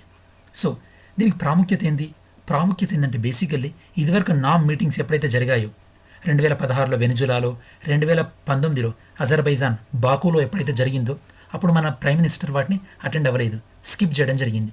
మరి ఇప్పుడు ప్రైమ్ మినిస్టర్ అటెండ్ అవ్వడం కొంతమందికి నచ్చుతుంది, కొంతమంది వ్యతిరేకిస్తున్నారు. సపోర్ట్ చేసేవాళ్ళు ఎవరంటే సాంప్రదాయవాదులు, ట్రెడిషనల్గా థింక్ చేసేవాళ్ళు. ఎన్ని రోజులు నరేంద్ర మోడీ జవహర్లాల్ నెహ్రూ తీసుకున్నటువంటి ఏ నిర్ణయమైనా వ్యతిరేకిస్తాడు అన్న ఒక భావన ఉండేది. కాకపోతే జవహర్లాల్ నెహ్రూ కీలక పాత్ర పోషించినటువంటి నామ్ సదస్సులో పాల్గొనడం ద్వారా జవహర్లాల్ నెహ్రూ తీసుకొచ్చినటువంటి అన్ని పాలసీస్ని నరేంద్ర మోడీ అలా గుడ్డిగా వ్యతిరేకించరు అని కొంతమంది సపోర్ట్ చేసేవాళ్ళు ఉన్నారు. కొంతమంది అపోజ్ చేసేవాళ్ళు ఏంటంటే, ఈ నామ్ అనేది ఓల్డ్ ఫ్యాషన్, దీనికి అవుట్డేటెడ్ ఆర్గనైజేషన్, ఇప్పుడు మనం ఇందులో పాల్గొనాల్సిన అవసరం లేదని కొంతమంది ఆలోచన.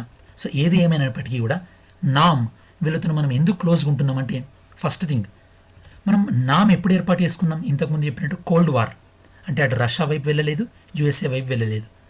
అలాంటి కోల్డ్ వార్ ఇప్పుడు కూడా ఉంది. అప్పుడేమో యుఎస్ఏకు రష్యాకు మధ్యలో, ఇప్పుడేమో యుఎస్ఏకు చైనాకు మధ్యలో. మరి ఇలాంటి కోల్డ్ వార్ ఉన్నటువంటి టైంలో మనం ఇద్దరి వైపు వెళ్లకుండా నామ్తోని మంచి సంబంధాలు ఏర్పరచుకోవడం ఎంతైనా ముఖ్యం. ఇది ఫస్ట్ పాయింట్, మనం ఈ యొక్క నామ్ కూటమితో ఎందుకు క్లోజ్గా ఉంటున్నాం అనేది. సెకండ్ పాయింట్ ఏంటంటే, మనం ఇన్ని రోజులు కూడా ఈ యొక్క నామ్ని మనం నెగ్లెక్ట్ చేసాం. అంటే పెద్ద పట్టించుకోకుండా మనం ఎక్కువ దేని మీద కాన్సన్ట్రేట్ చేసాం, బ్రిక్స్ పైన, G20 పైన. ఈ సమావేశాల మీద కాన్సన్ట్రేట్ చేసినప్పుడు బ్రిక్స్లో కానీ G20లో కానీ ఇందులో ఎక్కువ పవర్ఫుల్ కంట్రీస్ ఏంది, ఆల్రెడీ బ్రిక్స్లో తీసుకుంటే చైనా ఉంది, రష్యా ఉంది.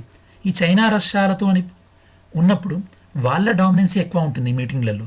ఇలాంటి సమావేశాల్లో భారతదేశం అభివృద్ధి చెందుతున్న పేద దేశాల సమస్యల గురించి సరైనటువంటి ప్రాతినిధ్యాన్ని ఇవ్వలేకపోతుంది. రష్యా చైనా వాళ్ళు ఏమంటే మన ఇండియా కూడా కరెక్టే, మీరు చెప్పేదే అంటూ వంతపాడడం అయిపోయింది. సో మనం భారతదేశంకి ఒక సపరేట్ ఐడెంటిటీ ఉండాలంటే ఏం చేయాలి, ఇలాంటి నామ్ లాంటి కూటమిలలో మనం పాల్గొనాలి, దాంతోపాటు దానికి ఎక్కువ ప్రాధాన్యం ఇవ్వాలి. మన దేశం ఇప్పుడు ప్రపంచ రాజకీయాలలో, గ్లోబల్ పాలిటిక్స్లో ఒక శక్తిగా ఎదగాలంటున్నటువంటి ఈ క్రమంలో మనకు నామ్ అనేది సరైనటువంటి ప్లాట్ఫామ్స్. ఈ యొక్క 3 రీజన్స్ వల్ల మనం ఇప్పుడు నామ్ కూటమితో చాలా యాక్టివ్ పార్టిసిపేషన్ ఉన్నాం. మన కంక్లూజన్ పాయింట్ ఏంటంటే స్టూడెంట్స్, ప్రపంచ రాజకీయాల్లో కీలక శక్తిగా ఎదగాలన్నటువంటి భారత లక్ష్యాలకు ఇలాంటి నామ్ లాంటి వేదికలు ఎంతగానో ఉపయోగపడాలని మనం ఆశిద్దాం. ఎందుకంటే కోవిడ్-19 తర్వాత నేను మీకు ఇదివరకు చెప్పినట్టు అంతర్జాతీయ సంస్థల యొక్క ప్రాముఖ్యం, ఇంటర్నేషనల్ ఆర్గనైజేషన్ యొక్క పాత్ర తగ్గిపోయే అవకాశం ఉంది. ఆల్రెడీ WHO పైన విమర్శలు వస్తున్నాయి. ఇలా అంతర్జాతీయ సంస్థల యొక్క ప్రాధాన్యం తగ్గిపోతున్నటువంటి ఈ సందర్భంలో మనకి నామ్ లాంటి కూటములు ఎంతో మేలు చేస్తాయని మనం అనుకుందాం స్టూడెంట్స్. ఈ యొక్క నామ్ ఏదైతే ఉందో, నాన్ అలైన్మెంట్ మూమెంట్, ఈ డిస్కషన్లో భాగంగా ఒకసారి నామ్కి సంబంధించినటువంటి ఫ్యాక్ట్స్ కూడా చెక్ చేసుకోండి స్టూడెంట్స్. ఇది మీకు వీడియో పాజ్ చేసైనా చెక్ చేయొచ్చు, నేను ఎలాగో మీకు నోట్స్ అనేవి PDF లింక్లో ఇస్తాను కాబట్టి అందులో కూడా మీరు చెక్ చేయొచ్చు స్టూడెంట్స్. ఈ యొక్క PDF నోట్స్ అనేది వీడియో డిస్క్రిప్షన్లో ఉంటుంది, చెక్ చేసుకోండి స్టూడెంట్స్. నెక్స్ట్ కరోనా తీవ్రత. కరోనా తీవ్రత అనేది వరల్డ్ వైడ్ ఏ విధంగా ఉంది, దాంతోపాటు డిఫరెంట్ కంట్రీస్లో ఏ విధంగా ఉంది అనేది డిఫరెంట్ న్యూస్ పేపర్స్ కూడా కవర్ చేయడం జరిగింది. దీని లాక్డౌన్ తర్వాత ఎలా ముందుకు వెళ్ళాలని చెప్పేసి ఈరోజు ప్రైమ్ మినిస్టర్ చీఫ్ మినిస్టర్స్తో వీడియో కాన్ఫరెన్స్ కండక్ట్ చేస్తున్నారు. Next science and technology related news students. ఇది బేసికల్లీ ఏంటంటే చైనీస్ సైంటిస్టులు ఏం చేశారంటే వీళ్ళు పసిఫిక్ ఓషన్లో ఒకదాన్ని కనుక్కోవడం జరిగింది. అదేంటంటే సూపర్ క్రిటికల్ కార్బన్ డైఆక్సైడ్. మరి ఇంతకుముందు ఈ సూపర్ క్రిటికల్ కార్బన్ డైఆక్సైడ్ తెలియదా లేదా అంటే తెలుసు, కాకపోతే మనం అది ఆర్టిఫిషియల్ ఉండేది. ఆర్టిఫిషియల్ ఈ యొక్క సూపర్ క్రిటికల్ కార్బన్ డైఆక్సైడ్ని మనం ఆల్రెడీ యూజ్ చేస్తున్నాం. ఎందులో అంటే డ్రై క్లీనింగ్లో కానీ లేదా పెట్రోలియం సాల్వెంట్స్లో వాడుతున్నాం. కాకపోతే ఫర్ ద ఫస్ట్ టైం మనం ఏంటంటే న్యాచురల్గా సహజ సిద్ధంగా వస్తున్నటువంటి సూపర్ క్రిటికల్ కార్బన్ డైఆక్సైడ్ని మనం పసిఫిక్ ఓషన్లో డిస్కవర్ చేయడం జరిగింది. దేన్ని ఉపయోగించి? Raman detection instruments. ఇది ఎందులో నుంచి వస్తుంది? హైడ్రోథర్మల్ వెంట్స్ అంటాం. అంటే ఏవైతే కనుక కొన్ని మన భూమిపైన కూడా మీరు జియోథర్మల్ ఎనర్జీ మీరు వినుంటారు. భూమిలో నుండి వేడి ఈ యొక్క ఆవిర్లు వేపర్స్ రావడం, అలానే సముద్రం లోపల కూడా ఉంటే వాటిని ఏమంటారంటే హైడ్రోథర్మల్ వెంట్స్ అంటాం. వాటి నుండి ఈ యొక్క సూపర్ క్రిటికల్ కార్బన్ డైఆక్సైడ్ అనేది వస్తుంది. యాక్చువల్లీ సూపర్ క్రిటికల్ కార్బన్ డైఆక్సైడ్లో ఎక్కువగా ఏముంటుందంటే నైట్రోజన్ ఉంటుందన్నమాట. ఈ యొక్క నైట్రోజన్ వల్ల ఏమవుతుందంటే మనకి ఎర్లీ ఫామ్, అంటే భూమి యొక్క ఎర్లీ ఫామ్ స్టార్టింగ్ స్టేజ్లో లైఫ్ ఎలా ఏర్పడింది? లైఫ్ ఏర్పడాలంటే బేసికల్ ఏం కావాలి? ప్రోటీన్స్ కావాలి. ప్రోటీన్స్ కావాలంటే ఏం కావాలి? మనకి నైట్రోజన్ అనేది ఇంపార్టెంట్ ప్రోటీన్స్. ఈ సూపర్ క్రిటికల్ కార్బన్ డైఆక్సైడ్ అనేది కూడా లైఫ్ ఎస్టాబ్లిష్ అవ్వడంలో ఏదైనా హెల్ప్ ఉండొచ్చు, ఏదైనా రోల్ ఉండొచ్చు అనేది సైంటిస్టులు అనేవాళ్ళు థింక్ చేస్తున్నారు. నెక్స్ట్ మనం ఇంటర్నల్ సెక్యూరిటీకి సంబంధించింది ఈ GS3 పేపర్లు భద్రతా వ్యూహపత్రాన్ని విస్తరించాలి. అంటే మన యొక్క ఆర్మీ చీఫ్ జనరల్ నర్వానే ఏమంటున్నారంటే మనకు ఆల్రెడీ మన పక్కన ఉన్నటువంటి దేశాల నుంచి థ్రెట్ ఉంది, అంటే ఒక ముప్పు ఉంది అన్నమాట. ఎందుకంటే ఆఫ్ఘనిస్తాన్లో US మిలిటరీ అనే వాళ్ళు రిటర్న్ వెళ్ళిపోతున్నారు. రిటర్న్ వెళ్తూ ఎవరికి అధికారాన్ని ఇస్తున్నారు? తాలిబాన్లకు అధికారాన్ని ఇస్తున్నారు. అలా తాలిబాన్లకు అధికారం ఇస్తున్నప్పుడు ఆఫ్ఘనిస్తాన్లో అన్స్టేబిలిటీ వచ్చే అవకాశం ఉంది. దాంతోపాటు మన పక్కన ఉన్నటువంటి కొన్ని దేశాల్లో చైనా తన యొక్క బలాన్ని, తన యొక్క ఇన్ఫ్లుయెన్స్ని పెంచుతూ వెళ్తుంది. ఈ క్రమంలో మనం ఇలాంటి సవాళ్ళను ఎదుర్కోవడానికి మనకు ఒక సంపూర్ణమైనటువంటి ప్రభుత్వ విధానం ఉండాలి, కాంప్రిహెన్సివ్ గవర్నమెంట్ పాలసీ ఉండాలి. ఇలాంటి స్ట్రాటజిక్ అన్సర్టనిటీస్, వ్యూహాత్మక సవాళ్ళను ఎదుర్కోవడానికి, అలానే ఇప్పుడు కరోనా లాంటి నాన్ ట్రెడిషనల్ థ్రెట్స్ వచ్చినప్పుడు కూడా ఎదుర్కోవడానికి మనకు ఒక సమగ్రమైనటువంటి డిఫెన్స్ పాలసీ ఉండాలి మనకు ఆర్మీ చీఫ్ చెప్తున్నారు. దాంతోపాటు ఇతను ఏం చెప్తున్నారంటే మనం ఒక కొత్త కాన్సెప్ట్ని తీసుకుంటున్నాం స్టూడెంట్స్. దాని పేరు ఏంటంటే integrated battle groups. Integrated battle groups అంటే ఈ బ్యాటిల్ గ్రూప్స్లో ఆర్మీతో పాటు నేవీ, ఎయిర్ ఫోర్స్ వాళ్ళు కూడా ఉంటారు. ఇలాంటి బ్యాటిల్ గ్రూప్స్ అనేవి అంటే ఫీల్డ్ లెవెల్లో త్వరగానే ఇంప్లిమెంట్ చేయబోతున్నాం. ఈ యొక్క కరోనా వల్ల ఇది కొద్దిగా డిలే అయిందని చెప్తున్నారు. ఆల్రెడీ ఈ యొక్క ఇంటిగ్రేటెడ్ బ్యాటిల్ గ్రూప్స్ని మనం హిమ విజయ్ అనే ఎక్సర్సైజ్లో మనం టెస్ట్ చేయడం జరిగింది. వాళ్ళ యొక్క కెపాసిటీని మనం టెస్ట్ చేయడం జరిగింది. నెక్స్ట్ న్యూస్ మనం చూసినట్టయితే కనుక ఇంటర్నేషనల్ అఫైర్స్. ఈ న్యూస్లో మనం INS Kesari sets sail on covid aid mission to Indian Ocean countries. అంటే ఇండియన్ ఓషన్లో ఉన్నటువంటి కొన్ని దేశాలకి మనం వాళ్ళకి వైద్యపరమైన సహాయం, దాంతోపాటు ఈ యొక్క ఫుడ్ గ్రెయిన్ ప్రొడక్షన్ అంటే ఆహార ధాన్యాలను మనం పంపించడం జరిగింది. అవి ఏంటంటే సీషెల్స్ కానీ కమరోస్ అనేది ఈ మ్యాప్లో మీరు డీటెయిల్గా చూడొచ్చు. కమరోస్, సీషెల్స్, అలానే మారిషియస్, మెడగాస్కర్ ఈ దేశాలకి మనం షిప్ ద్వారా ఐఎన్ఎస్ కేసరి షిప్ ద్వారా వీళ్ళకి హెల్ప్ చేయడానికి పంపించాం. మనం ఈ న్యూస్ ఆర్టికల్లో మనం ఏం డిస్కస్ చేస్తామంటే ఈ దేశాలన్నీ కూడా మనకి ఎందుకు ఇంపార్టెంట్, దాంతోపాటు మన భారతదేశం సాగర్ అనే ఒక విజన్ ప్లాన్ ఉందన్నమాట. ఆ సాగర్ విజన్ ప్లాన్ అంటే ఏంటి, దాంతోపాటు ఈ దేశాలన్నీ కూడా ఇండియన్ ఓషన్ కమిషన్ అనే దాన్ని ఒకటి ఏర్పాటు చేసుకున్నాయి. అందులో మన భారతదేశానికి అబ్జర్వర్ స్టేటస్ కూడా ఇవ్వడం జరిగింది. ఈ యొక్క ఇండియన్ ఓషన్ కమిషన్ అంటే ఏంది, IOC అంటే ఏంది డిస్కస్ చేద్దాం. దాంతోపాటు చైనా అనేది ఈ యొక్క ఇండియన్ ఓషన్ ఏరియాలో ఈ యొక్క సిల్క్ రోడ్ ఏదైతే కనుక మనకి ల్యాండ్ పార్ట్లో సిల్క్ రోడ్ ఏదైతే ఉందో, వన్ బెల్ట్ వన్ రోడ్ పార్ట్లో సిల్క్ రోడ్ ల్యాండ్ పార్ట్ అయితే కనుక వాటర్లో ఉండేది స్ట్రింగ్ ఆఫ్ పెరల్స్. ఇలా చైనా స్ట్రింగ్ ఆఫ్ పెరల్స్ ద్వారా ఈ యొక్క హిందూ మహాసముద్ర ప్రాంతంలో ఇండియన్ ఓషన్లతోని ఇన్ఫ్లుయెన్స్ని పెంచుకుంటుంది. ఈ క్రమంలో మనం సాగర్ విజన్ అనేది తీసుకోవడం జరిగింది. దాంతోపాటు హిందూ మహాసముద్రం మన ఆర్థికపరమైనటువంటి విషయాలకు కూడా అంటే ఎకానమీ వైజ్ కూడా ఇంపార్టెంట్. దాన్ని మనం బ్లూ ఎకానమీ అంటాం. అంటే సముద్రంలో ఉన్నటువంటి వనరులను మనం ఆర్థిక అవసరాలకు ఉపయోగించుకున్నట్టయితే కనుక బ్లూ ఎకానమీ అంటాం. అవన్నీ కూడా మనం డిస్కస్ చేద్దాం. ఫస్ట్ వన్ ఏంటంటే ఈ న్యూస్ ఏంటది, మనం నావల్ షిప్ని పంపించాం ఏ దేశాలకి, నేను మీకు ఇంతకుముందు చెప్పినట్టు మారిషస్, మెడగాస్కర్, కమరోస్, సీషెల్స్ ఇలాంటి దేశాలకు పంపించడం జరిగింది. ఆల్రెడీ మనం శ్రీలంకకి కానీ మాల్దీవ్స్కి పంపించడం జరిగింది. మాల్దీవ్స్కి పంపించినటువంటి దాని పేరు ఏంటంటే ఆపరేషన్ సంజీవని. మనం ఆల్రెడీ డిస్కస్ చేసాం. ఈ యొక్క సేతు భారత్ అని చెప్పేసి, ఆపరేషన్ సేతు భారత్ అని చెప్పేసి ఈ విధంగా మనం మాల్దీవ్స్ వాళ్ళకి అవసరమైనటువంటివి సహాయం చేసాం. దాంతోపాటు శ్రీలంకకి మనం ఈ యొక్క ఫ్లైట్లో వాళ్ళకి అవసరమైనటువంటి హైడ్రోక్లోరోక్వినోన్ ట్యాబ్లెట్స్ కూడా పంపడం జరిగింది. ఈ విధంగా ఇందాక నేను చెప్పినట్టు ఈ మ్యాప్ ఈ దేశాలన్నింటికీ కూడా ఇప్పుడు మనం హెల్ప్ చేయడానికి ఐఎన్ఎస్ కేసరిని పంపాం. ఇది మనం యొక్క మిషన్ సాగర్లో ఒక పార్ట్. మరి అసలు ఈ మిషన్ సాగర్ అంటే ఏంది? ఈ మిషన్ సాగర్ అంటే ఏంటంటే స్టూడెంట్స్, దీన్ని మనం 2015లో టేకప్ చేయడం జరిగింది. 2015లో SAGAR stands for security and growth for all in the region. అంటే ఈ యొక్క హిందూ మహాసముద్ర ప్రాంతంలో ఉన్నటువంటి అన్ని దేశాలు కూడా వాళ్ళ యొక్క భద్రత విషయంలో ఒక దేశానికి ఇంకో దేశం సహకారం చేసుకోవాలి అన్నటువంటి ప్రతిపాదనతో మనం దీన్ని తీసుకోవడం జరిగింది. బేసికల్లీ ఈ యొక్క సముద్రపు మ్యారిటైమ్ సెక్యూరిటీ అంటే సముద్రపరమైనటువంటి భద్రత, దాంతోపాటు ఈ యొక్క సముద్రంలో ఉన్నటువంటి ఏదైతే కోఆపరేషన్ ఒక దేశానికి ఇంకో దేశానికి ఏదైనా న్యాచురల్ డిజాస్టర్ జరిగినప్పుడు, దాంతోపాటు ఈ హిందూ మహాసముద్ర ప్రాంతాల్లో నిఘా సర్వీలియన్స్ విషయంలో, అలానే ఇన్ఫర్మేషన్ ఎక్స్చేంజ్ చేసుకోవడం అంటే ఒక దేశానికి సంబంధించినటువంటి షిప్ ఇంకో దేశంలోకి వచ్చినప్పుడు ఇలాంటి ఇన్ఫర్మేషన్, అలానే మన ఫిషర్మ్యాన్ కూడా చాలామంది శ్రీలంకన్ వాటర్లోకి వెళ్తుంటారు కదా, ఇట్లాంటి ఇన్ఫర్మేషన్ మనం షేర్ చేసుకోవడం. సో ఇలాంటి అన్ని విషయాలలో కోఆపరేషన్ పెంచడం కోసం అని చెప్పేసి మన భారతదేశ ప్రభుత్వం సాగర్ విజన్ టేకప్ చేయడం జరిగింది. ఈ సాగర్ విజన్ అనేది ఏ పార్ట్ అంటే హిందూ మహాసముద్రం పార్ట్కి ఇంపార్టెంట్. ఆ పార్ట్లో ఆ పాయింట్ ఆఫ్ వ్యూలో మనం ఈ యొక్క శ్రీలంకతోని మాల్దీవ్స్తోని దాంతోపాటు ఈ యొక్క ఇండియన్ ఓషన్ కమిషన్ ఈ దేశాలతో కూడా మనం ఈ యొక్క రిలేషన్స్ని రీస్టార్ట్ చేసుకోవడం జరిగింది. సో దాంతోపాటు నేను మీకు ఇందాక చెప్పినట్టు హిందూ మహాసముద్రంలో ఉన్నటువంటి రిసోర్సెస్ ఏవైతే ఉన్నాయో మన ఎకానమీ పాయింట్ ఆఫ్ వ్యూకి ఉపయోగించుకోవడానికి, అంటే లైక్ రెన్యూబుల్ ఎనర్జీ పునరుత్పాదక విద్యుత్ ఉపయోగించుకోవడానికి, లేదా ఫిషరీస్ పాయింట్ ఆఫ్ వ్యూలో, దాంతోపాటు ఈ యొక్క న్యాచురల్ రిసోర్సెస్ ఉంటాయి కదా దాన్ని ఉపయోగించుకునే విషయంలో, లేదా హిందూ మహాసముద్రంలో ఉన్నటువంటి ఈ యొక్క ప్లాస్టిక్ ఈ చెత్తని తీసివేసే టైంలో మనకు వేరే దేశాల హెల్ప్ కావాలి, దాంతోపాటు ఇల్లీగల్ ఫిషింగ్ని ఆపేయాలి, దాంతోపాటు మనకు ఇల్లీగల్ డ్రగ్స్ అనేవి మన భారతదేశంలోకి రాకుండా, ఈ విధంగా మన ఎకానమీ పాయింట్ ఆఫ్ వ్యూలో కూడా ఈ సాగర్ విజన్ అనేది చాలా చాలా ఇంపార్టెంట్.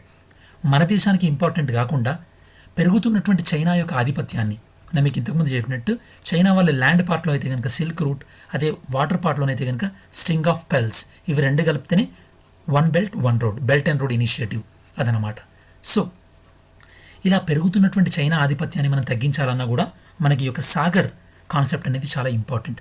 మనకి ఇందాక చెప్పినట్టు నేను మీకు ఈ దేశాలన్నీ కూడా, అంటే మనం ఏ దేశాలకి ఇప్పుడు హెల్ప్ పంపించామో కామరోస్ కానీ, Madagascar, Mauritius, Reunion island, Seychelles, ఇవన్నీ కూడా ఒక ఆర్గనైజేషన్ సంస్థను ఏర్పాటు చేసుకున్నాయి.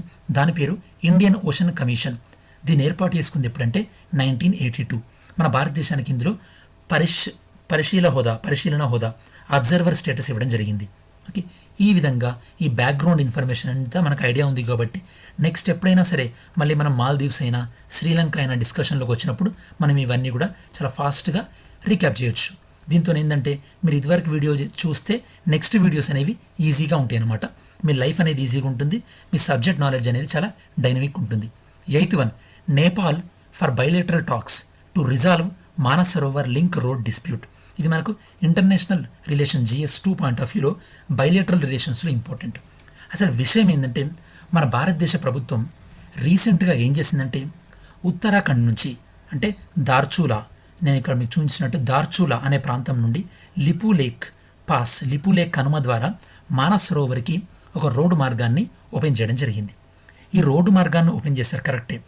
ఇందులో నేపాల్ పాయింట్ ఆఫ్ వ్యూ ఏంటంటే, నేపాల్ ఏం చెప్తుందంటే మీరు రోడ్ ఏ ప్రాంతం నుంచి వేశారో అందులో కొద్ది ప్రాంతం మాది, ఈ ప్రాంతంలో కాలాపాని కూడా ఉంది అని నేపాల్ అంటున్నారు. మన ప్రాంతం ఏందో చూద్దాం స్టూడెంట్స్. మీకు ఈ మ్యాప్ చూపించినట్టు ఇప్పుడు ఈ మ్యాప్లో బేసికల్లీ ఇప్పుడు ఇది ఈ బార్డర్, ఇండియాకి నేపాల్కి బార్డర్. ఓకే, బేసికల్లీ ఇక్కడ మీరు కాళీ రివర్ చూడొచ్చు. కాళీ రివర్ ఇప్పుడు నేపాల్ వాళ్ళు ఏమంటున్నారంటే కాళీ రివర్కి ఏదైతే ఉందో ఈ డైరెక్షన్లో ఉన్నది మొత్తం కూడా మాకు నేపాల్కి సంబంధించింది. సో ఇండియాకి ఎలాంటి స్టేక్స్, ఎలాంటి హక్కులు లేవు. సో మన భారతదేశం ఏమంటున్నానంటే ఈ ప్రాంతం ఏదైతే ఉందో ఈ ప్రాంతం అంతా కూడా ఉత్తరాఖండ్లోని ప్రాంతం. ఈ ప్రాంతంలో ఉన్నటువంటి కాలాపాని అయినా సరే, ఈ ప్రాంతంలో ఉన్నటువంటి సో ఈ యొక్క పాస్, లిపు లేక్ పాస్, ఇవన్నీ కూడా మా ప్రాంతంలోనే అని భారత్ క్లెయిమ్ చేస్తుంది. మనం ఎప్పుడైతే కనుక ఈ ట్రయాంగిల్ని మనం జూమ్ ఇన్ చేసినట్టయితే కనుక ఈ విధంగా చూడొచ్చు.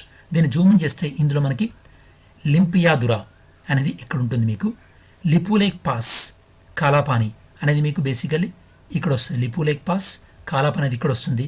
దార్చులా అనేది మీకు ఇక్కడ వస్తుంది. అంటే ఈ ప్రాంతం, ఈ ట్రయాంగిల్ ప్రాంతాన్ని మొత్తం నేపాల్ క్లెయిమ్ చేస్తుంది. ఇది మెయిన్ ఇష్యూ. ఈ ప్రాంతం గుండా మనం రోడ్ వేసాం కాబట్టి సేమ్ మన పాక్ ఆక్యుపైడ్ కాశ్మీర్ గుండా చైనా వాళ్ళ సిపెక్ అనే ప్రాజెక్ట్ కడుతున్నారు students, China Pakistan economic corridor. అది మనకు ప్రాబ్లం అయినప్పుడు ఇది నేపాల్ వాళ్ళకి కూడా ప్రాబ్లం ఉంటుంది కదా, అదే నేపాల్ యొక్క ప్రాబ్లం. ఇప్పుడు నేపాల్ ఏమంటుందంటే ఈ 3 ప్రాంతాలు ఉన్నాయి కదా, ఈ యొక్క లింపియాదురా కానీ, లేదా లిపు లేక్ పాస్ కానీ, లేదా ఈ యొక్క దార్చులా, ఇవి 3 కూడా మా ప్రాంతాలే. ఇవి మాకు ఏ విధంగా వచ్చినాయి అంటే 1814, 1816 ఈ ప్రాంతంలో ఆంగ్లో నేపాల్ వార్ జరిగింది. ఎవరికి? దీన్ని గూర్ఖా వార్ అని అంటారు. ఈ యొక్క గూర్ఖా రాజ్యం అప్పుడు నేపాల్, దాంతోపాటు ఈస్ట్ ఇండియా కంపెనీ, వీళ్ళ మధ్య జరిగిన తర్వాత ఈ వార్ అనేది దేంతో ఎండ్ అయిపోయిందంటే 1816 సుగోలి ట్రీట్, దీంతో ఎండ్ అయిపోయింది. ఈ ఒప్పందం ప్రకారం నేపాల్ వాళ్ళు ఏం చెప్తున్నారంటే, నేను మీకు ఇంతకుముందు చెప్పినట్టు లింపియాదురా, కాలాపాని, లిపు లేక్ ఏవైతే కనుక కాళీ రివర్కి ఒక వైపు ఉన్నాయో అవన్నీ మాకు చెందినవి. రిమైనింగ్ పార్ట్ ఏదైతే కనుక ప్రస్తుతం ఉత్తరాఖండ్ ఉందో అది మేము బ్రిటిష్ వాళ్ళకి అప్పగించినాం. కాబట్టి న్యాయంగానైతే కనుక సో ఈ కాళీ రివర్ని బార్డర్గా తీసుకొని ఇటువైపు ఉందంతా కూడా మాకు సంబంధించిందే. కాబట్టి మీరు మా ప్రాంతం నుంచి రోడ్డు వేసేటప్పుడు సో అది మాకు ఆబ్జెక్షన్ ఉంది, దాన్ని మనం బైలేటరల్ అంటే ద్వైపాక్షికంగా చర్చించుకుందాం అని నేపాల్ అంటుంది. ఎందుకంటే ఇది నేపాల్ ద్వైపాక్షికంగా ఎందుకు చర్చించుకుందాం అంటుందంటే బేసికల్లీ అక్కడ నేపాల్ పార్లమెంట్లో దీని గురించి పెద్ద కాంట్రవర్సీ అయింది స్టూడెంట్స్, చాలా గందరగోళమైంది. ఆ సందర్భంలో నేపాల్ ప్రభుత్వం చాలా బాధ్యతాయుతంగా ఏం ప్రకటించిందంటే ఈరోజు న్యూస్ పేపర్లో ఇచ్చినట్టు మనం ద్వైపాక్షికంగా బైలాటరల్ టాక్స్తోని మనం సాల్వ్ చేసుకుందామని. సో ఈ ఆర్టికల్లో మీకు అర్థం కావాల్సింది ఏంటంటే కాలాపాని ఎక్కడుంది, దాంతోపాటు ఈ tri junction లింపియాదురా, Lipu lake pass, ఈ యొక్క దార్చులా, ఈ ట్రై జంక్షన్ ఎక్కడుంది, ఇందులో నేపాల్ యొక్క వాళ్ళ ప్రాబ్లం ఏంది, ఈ యొక్క సుగోలి ట్రీటీ ఏంది, ఆంగ్లో నేపాల్ వారేంది, కాళీ రివర్, ఇదంతా కూడా మీకు అర్థం అవ్వాలి. సో నేపాల్లో కూడా దీనిపైన పాలిటిక్స్ జరుగుతున్నాయి. ఏమనంటే మా పార్టీ అధికారంలోకి వస్తే మేము కాలాపానిని భారతదేశం నుండి తీసేసుకుంటాం, ఇట్లా అనమాట. సో ప్రజలను ఈ యొక్క కాలాపాని, ఈ ప్రాంతం పేరు చెప్పి రాజకీయాలు ఉన్నాయి కాబట్టి ఈ ఇష్యూ అనేది అంత తొందరగా సాల్వ్ అయిపోతే అక్కడ రాజకీయ పార్టీలకు పెద్ద పని ఉండదు కాబట్టి ఇదంత తొందరగా సాల్వ్ అయ్యే అవకాశం లేదు. ఫర్ ఎగ్జాంపుల్ మన దగ్గర ఆర్టికల్ 370 లాగా అనుకోండి స్టూడెంట్స్. ఇప్పుడు పీఓకే కూడా తొందరగా సెటిల్ అవ్వడం అనేది పాకిస్తాన్ ప్రభుత్వానికి ఇష్టం ఉండదు. ఎందుకంటే పీఓకే పేరు చెప్పుకొని వాళ్ళు అక్కడ ఓట్లు అడుగుతుంటారు. సో ఇలా ఉంటుందన్నమాట లాజిక్ అంతా ఎలక్షన్స్లో, పాలిటిక్స్లో. సో ఈ టైంలో మనం యూపీఎస్సీ పాయింట్ ఆఫ్ వ్యూలో ఏదైనా 2 దేశాల మధ్యలో ఒక రివర్ అనేది, ఇప్పుడు మనం కాళీ రివర్ అనుకున్నాం కదా, అలా రివర్ ఉంటే కనుక అది ఎలా సాల్వ్ చేసుకోవాలనేది మనం international law on transboundary water dispute, అంటే 2 దేశాల మధ్యలో వాటర్ డిస్ప్యూట్ వచ్చినప్పుడు ఏ విధంగా పరిష్కరించుకోవాలని చెప్పేసి మనం ఒక అగ్రిమెంట్ చేసుకోవడం జరిగింది. ప్రభుత్వాలన్నీ కూడా ప్రపంచవ్యాప్తంగా 1992లో ఎవరి ద్వారా United Nation Economic Commission of Europe వీళ్ళ ఆధ్వర్యంలో అగ్రిమెంట్ చేసుకోవడం జరిగింది. ఈ అగ్రిమెంట్ ప్రకారం protection and management of transboundary surface water, అంటే 2 దేశాల మధ్య ఉన్నటువంటి సో అంతర్జాతీయ నదులను ఏ విధంగా వాడుకోవాలి, సో ఆ విషయంలో ఎలాంటి కోఆపరేషన్ తీసుకోవాలి, వాటిని ఎలా పరిరక్షించుకోవాలి అనే దానిపైన ఈ అగ్రిమెంట్ని చేసుకోవడం జరిగింది. ఈ అగ్రిమెంట్ అనేది కూడా ఇలా బార్డర్ డిస్ప్యూట్ని సాల్వ్ చేయడానికి ఉపయోగపడుతుంది స్టూడెంట్స్. ఈ విధంగా మనం ఈనాడులో, ఇండియన్ ఎక్స్ప్రెస్లో ఉన్నటువంటి అన్ని న్యూస్ కూడా మనం కవర్ చేయడం జరిగింది డీటెయిల్గా. మరి ఇప్పుడు మనం ఏం చేద్దామంటే లాస్ట్ వీడియోలో మిమ్మల్ని అడిగినటువంటి క్విజ్ ఆన్సర్స్ ఏంటో చూద్దాం. సిఏపిఎఫ్ అనేది డిఫెన్స్ మినిస్ట్రీలోకి వస్తుంది, రైటా రాంగ్ అన్న చాలామంది కరెక్ట్ ఆన్సర్ చేశారు. రాంగ్, ఎందుకంటే ఇది మినిస్ట్రీ ఆఫ్ హోమ్ అఫైర్స్ పరిధిలోకి వస్తుంది. లాస్ట్ వీడియోలోనే మిమ్మల్ని క్వశ్చన్ అడిగాను కాళీ రివర్ గురించి. Kali river act as a boundary between which 2 nations, India and Nepal. Lipulekh pass మన భారతదేశంలో ఏ రాష్ట్రానికి సంబంధించింది? ఉత్తరాఖండ్. ఈ బార్డర్స్లో రోడ్స్ వేస్తారు కదా, బార్డర్ రోడ్ ఆర్గనైజేషన్, ఇది ఏ మంత్రిత్వ శాఖ పరిధిలోకి వస్తుంది? Ministry of defence. Third one, with which infrastructure investment bank, ఏ బ్యాంకుతోని మనం ఈ ప్రాజెక్ట్ని టేకప్ చేయడం జరిగింది? కోవిడ్-19 emergency response and health system preparedness project. ఏ బ్యాంకుతోని మీకు లాస్ట్ వీడియోలో ఎక్స్ప్లెయిన్ చేశాను, ఏఐఐబి బ్యాంకుతోని. వరల్డ్ రెడ్ క్రాస్ డే ఏ రోజు మనం ఫాలో అవుతాం? 8th మే. ఈ రెడ్ క్రాస్ సొసైటీని స్థాపించింది ఎవరు? Henry Dunant. Who is the present NHRC chairman? NHRC కూడా మనం డిస్కస్ చేయడం జరిగింది, ఎందుకంటే వైజాగ్ లీక్ ఆ టైంలో. హెచ్ఎల్ దత్తు. ఇది స్టాచ్యూటరీ బాడీ, ఎగ్జిక్యూటివ్ బాడీ, అంటే ఇది చట్టబద్ధ సంస్థన లేదా కార్యనిర్వాహక సంస్థన? స్టాచ్యూటరీ బాడీ, చట్టబద్ధ సంస్థ.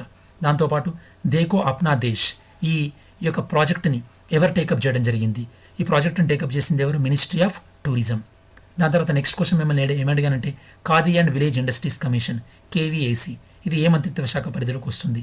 Ministry of micro, small, medium enterprises. So ఇది స్టాచ్యూటరీ బాడీ, ఎగ్జిక్యూటివ్ బాడీయా? Statutory body. ఇది లాస్ట్ వీడియోలోని క్విజ్ ఆన్సర్స్. మరి ఈ వీడియోకి సంబంధించి మనం ఈనాడు ఇండియన్ ఎక్స్ప్రెస్ కవర్ చేశాం కాబట్టి మరి ప్రెస్ ఇన్ఫర్మేషన్ బ్యూరోలో, ఆల్ ఇండియా రేడియోలో హిందీలో వచ్చిన ఏందో చూద్దాం. అది నేను క్వశ్చన్స్ ఫామ్లో అడుగుతాను, మీరు కమెంట్ చేయండి. నేషనల్ ఇన్స్టిట్యూట్ ఆఫ్ వైరాలజీ వాళ్ళు, ఇది పూణేలో ఉంటుంది, వీళ్ళు కరోనాని పరీక్షించడానికి అని చెప్పేసి మన దేశీయ పరిజ్ఞానంతో ఒక టెస్ట్ని చేయడం జరిగింది, ఒక టెస్ట్ని రూపొందించారు. Antibody based ELISA test. ఆ టెస్ట్ పేరేంది? ఈ న్యూస్లో మనకి ఎలిసా అనేది వర్డ్ వచ్చింది. ఎలిసా అంటే ఏంది? ఈ 2 థింగ్స్. ఓకే, సో వీళ్ళు డెవలప్ చేసిన టెస్ట్ కిట్ పేరేంది? దాంతోపాటు what is the meaning of ELISA? Second one, ప్రధానమంత్రి జన్ ఆరోగ్య యోజన, పిఎంజేఏవై, ఇది ఒక ఫ్యామిలీకి ఎంత ఇన్సూరెన్స్ని ప్రొవైడ్ చేస్తుంది? దాంతోపాటు ఈ స్కీమ్లో central government, state government share normal స్టేట్స్లో ఏ విధంగా ఉంది, నార్త్ ఈస్ట్ స్టేట్స్లో ఏ విధంగా ఉంది? Third question, so national technology day ఏ రోజున మనం అబ్జర్వ్ చేస్తున్నాం? దాంతోపాటు ప్రోక్రాన్ 1, ప్రోక్రాన్ 2, వాటి యొక్క కోడ్ నేమ్స్ ఏంది? What is the name of the first indigenous aircraft of India? మన భారతదేశం దేశీయ పరిజ్ఞానంతో రూపొందించిన ఫస్ట్ ఎయిర్ క్రాఫ్ట్ ఏంది?